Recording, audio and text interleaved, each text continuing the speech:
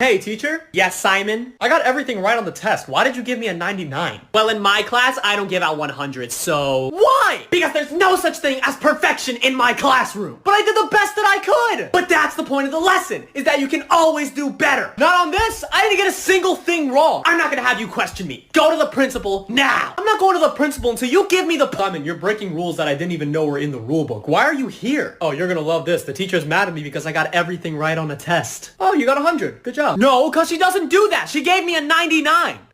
Yeah, that's just not how math works. Exactly!